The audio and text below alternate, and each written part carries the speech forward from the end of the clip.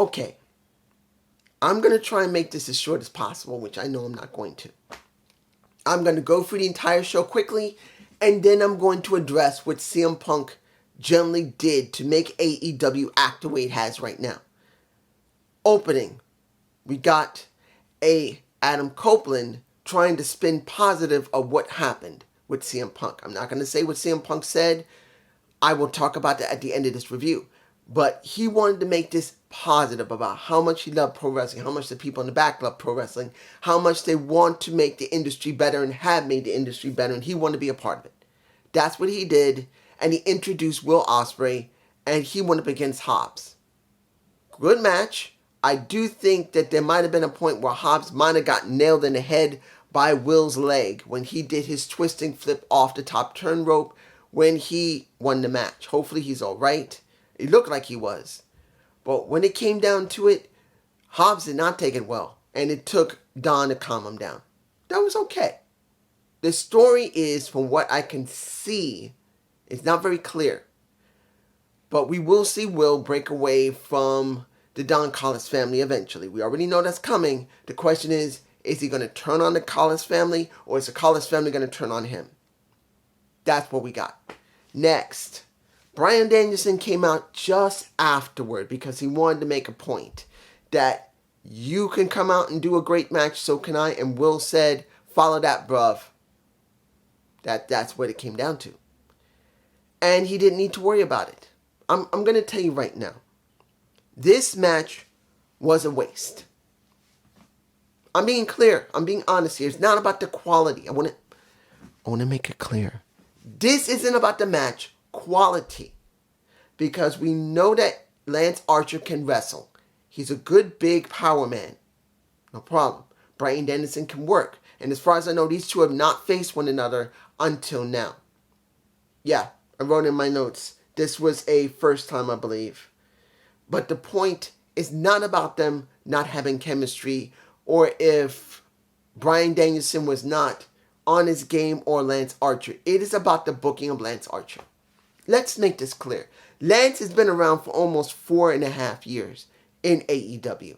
And he has gotten nowhere. Every time he goes away and comes back, the only thing they ever do with him is to leave him as a roadblock and make him look menacing, but he can't get it in the clutch. He can't. I don't believe any match that he does. Not because I hate Lance, not because Lance is not a good wrestler, and it's not because he's not a good big man. It's that they don't book him to mean anything. Because when they want to show a smaller guy that needs to go up against someone, they always do a fallback to Lance.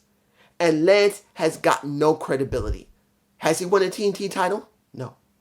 Has he won the original All-Atlantic title? No. Did he win the international title? No. Has he won the Continental Crown? No. Has he won the the TB Championship of All H, or the Championship of All H, or the Pure Champion All H? Nothing. He's won nothing in either AEW or All H. Nothing. How can I believe that he is credible? So seeing him against Bryan Danielson, I'm already biased, not because I hate Lance, not because he can't wrestle, not because he can't talk. It's because they booked him like crap. Moving on.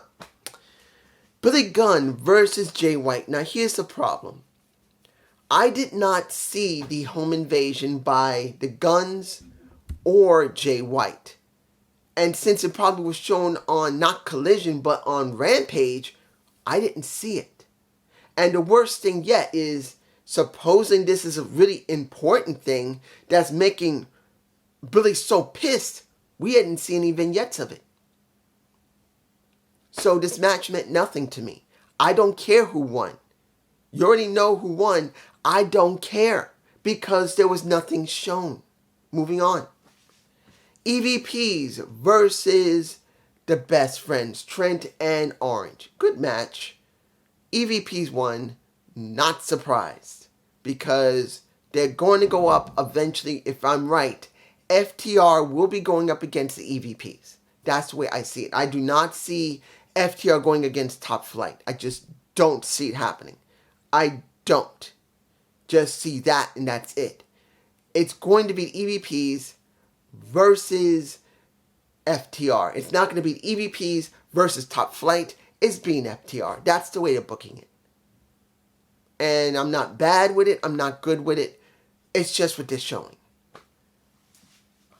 Mariah May versus Thunder Rosa. Miss Thickness now. I'm not being disrespectful to Thunder Rosa. I'm not. I said it when I first saw her, when she came back, when she was in that tag match with Avalon. She looks different. She's physically more bulked up. Her thighs and her ass are bigger. She's a much more heavier size woman. She had to. She had to bulk herself up to compensate for her lower back being so screwed up she couldn't even feel her legs. And I want to make this clear. If anyone shows the Thunder Rosa, which I doubt that she wouldn't give me the time of day, some little YouTuber. But I want to make it clear, if she did or someone from AEW saw this, I'm not against Thunder Rosa. I like Thunder Rosa. I don't always agree that the way she sold was always great, but it doesn't mean she did a bad job. It just feels like she didn't sell enough, in my humble opinion. She felt like she needed to sell a little more.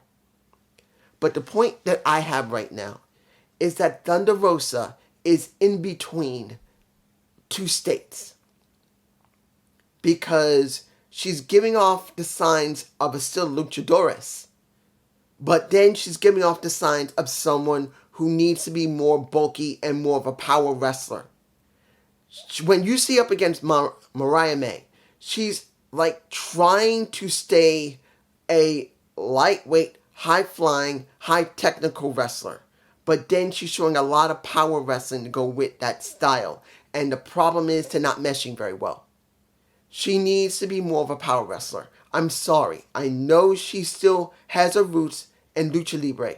But as it stands right now, she's in between where she needs to be more stronger or she needs to slim down and be more agile. Because she's not agile anymore.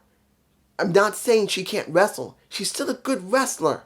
But the way she's positioned her style is not reflecting her physicality.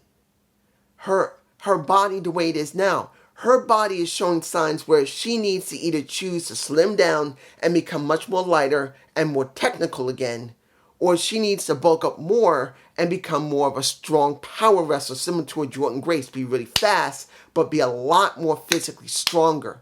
Because with Mariah May, she was trying to do a lot of power moves, and you could see she really began to get tanked, not because she isn't strong, she's just not strong enough. She's trying to keep that balance of, she wants to still be fast, agile, and technical, but she wants to be strong and fast. You can't do it that way. That's where she is right now. Jordan Grace made the decision I don't always agree with, but I understand why she did it. She wanted to make her feel herself special. She wanted to show how much more she can do. That's the reason why she went into bodybuilding and improved her physique. Made herself way more muscular than many people would think she should. Many think she took, not steroids, but basically genetic engineered exotic drugs. And others believe that she didn't. Doesn't matter. She made the choice to become much more physical. That was the best thing for her. I may not 100% agree with it, but that was the best thing for her. Right now, Thunder Rosa's in between that type of state where she's going to have to eventually make a decision. Either she's got to slim down to be able to be really fast and agile and not look so sluggish, or she's going to have to bulk up. Because when you see it, she's trying to do both parts of her style. She's trying to be high-flying, technical, to a certain, well, not fly really high, but you know what I mean. And then she's trying to be a really somewhat of a power wrestler. And the way she's throwing Mariah May around, she was sloppy about it. I was worried that she could have actually hurt Mariah May. When she did one suplex, Mariah landed here, guys. She didn't land back here, here. She landed here on her head. And that wasn't good. That was not good. She needs to work on her cardio and increase her strength. If she's going to keep doing stuff like that. When it comes down to it, Thunder Rosa, who did win the match, and we saw my Texas Tony Storm watching, and Black and White, frozen. The problem I see is this. Thunder Rosa, sooner or later, is going to have to make a decision what she really needs to be in her new style, in her new body, in her new life, working on keeping her lower back working so she can continue working wrestling. She can't be the way she is, because sooner or later, it will show itself. If you think, God, you don't understand. If you're thinking, dude, you don't understand, I do. You could see the way she does her style. She tanks easier than she used to. It's not because she's older. It's because she had to bulk up to a certain extent to compensate for her lower back. And she's trying to be exactly the way she was, and she can't. So what she did was throw a little bit of muscle into it, and she's trying to do what she used to do with muscle, and it's not working. I'm worried she's going to hurt herself, or she's going to hurt somebody else. I want her to bulk up and be stronger. Yes, she won't be fast and agile anymore. Or she's going to have to slim down, lose the weight, lose the muscle, and go back to the way she was, where she was very agile. But that might not be the best thing for her. That I'm just saying. Moving on, the contract signing between Joe and Swerve Strickland. Let me say this. Now, I know you're going to say, dude, what about Hook and Jericho? I'm not worrying about that because I can't watch it. Look, Jericho and Hook working together, fine, but I'm not going to be seeing Collision because I will be doing WrestleMania. So I'm leaving it. We're going to see what's going to happen after that match, after it's over, because I won't be able to see it. I'll be doing night 1 of WrestleMania, night 2 of WrestleMania, and then Stand to Deliver on Monday. So Saturday, Sunday, Monday. I will be doing 3 pay-per-view. Well, 1 pay-per-view and then the other one. You get my point. But when you look at this, when you see a Swerve talk to Joe, was good. Then you see how Joe got decked, got choked, and then headbutted a Swerve, made him bleed, and then we were done. Now, did I like how Swerve talked after he got his ass nailed and he was bleeding? Yes. He made it very clear, like he said before he hit Joe in the face, if this is all you got, I'm going to take that damn title. And then after Joe laid him out after that, it was done very well. It's a good story. But here's the thing.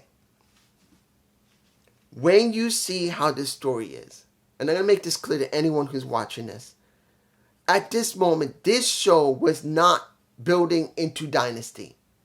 This was a response to CM Punk. Now, I do believe I left for my title of my video, because I usually will think about it before I come on here and do it. A bit pissed off at CM Punk. The talent's a bit pissed at CM Punk. I think that's what I wrote. And they were. Adam Copeland opening talking about CM Punk. Not directly, but wanting to make a positive spin on what he said was a response to that. Whether Tony suggested it to Adam Copeland or Adam literally said, I got this, to Tony, saying, Tony, let me go out there and talk. I think it might have been a combination of both. I think Tony wanted something to be stated, and Adam said, let me do it. Then, you look what Swerve said. Swerve was adding on top of what Adam said. That's what it was done.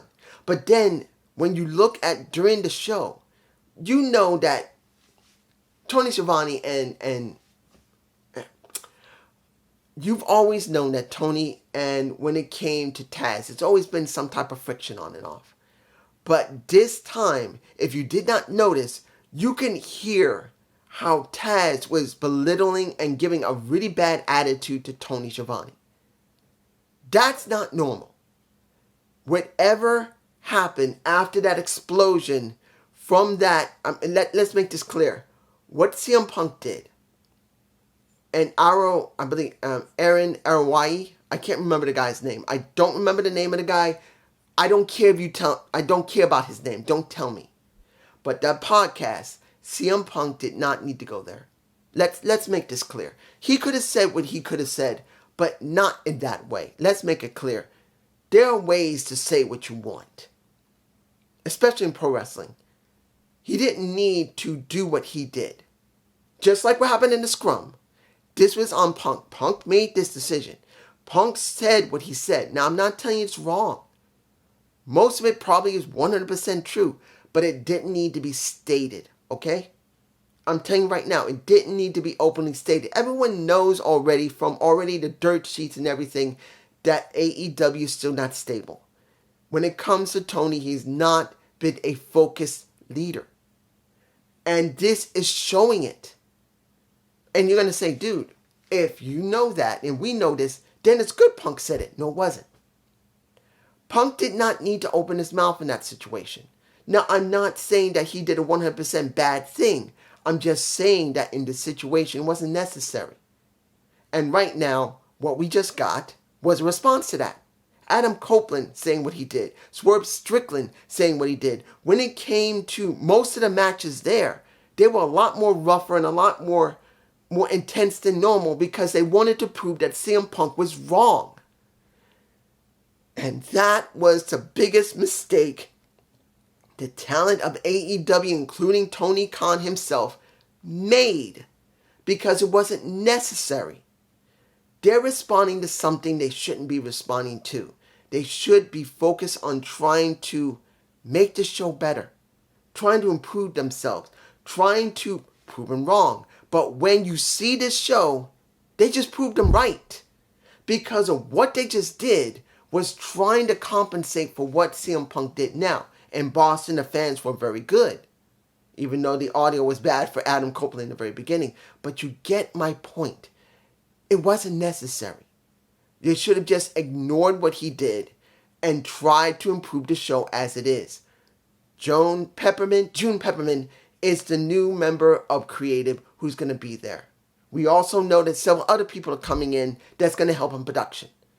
I'm not telling you that production's perfect now because look, we had almost no vignettes. We just had interviews in the back. And I believe that was a big mistake. We needed vignettes. Look what happened when it came to Billy Gunn and Jay White. I didn't know what the hell happened other than what they said. I wanted to see the home invasion, but it's on what? Only on Rampage. They don't show it on Collision because I haven't seen it on Collision. And they don't show it on Dynamite because they didn't show it on Dynamite. It just shows you they're not focused. They needed more than just to react to CM Punk. They need to act on what CM Punk had done. Acting was better than reacting. Now, I don't know what just Alex and JD and Jesse are going to say, or Solomon for that matter. I have no idea what they're going to say. Maybe you're going to see just Alex chew the hell out of AEW. Or JD or maybe Jesse would chew them out for the way they're acting. They've already been saying they notice how bad AEW has been, and I've been saying this for more than a year and a half. If anyone's seen my show, seen this podcast, well, not podcast, but seen my reviews, I've been complaining more than they have because they've been so happy, but I've known for a very long time it's just not right. The women's division has been treated right. There's been no real development in stories. There's almost no vignettes. They care more about throwing a whole bunch of titles throughout the entire company than just focusing on the titles they have. They should get rid of ROH and just use it as an archive. ROH should be a developmental on YouTube, not on Fight Club. They should stop Fight Club, put it on YouTube, and just develop their people and let them come up. Focus on them. If you can't, now that CM Punk is not there, you got to focus on both shows. Have two writing teams and break the titles up if you need to. Retire the ROH titles and make them exclusive to Collision and make them mean something. The ROH television title can now be the Collision television title or the AEW TV title. I know it's TNT, but it doesn't matter. The Collision TV title, the Collision World title, I don't care. They need to be more focused. They're too all over the place. But it's just me. Peace.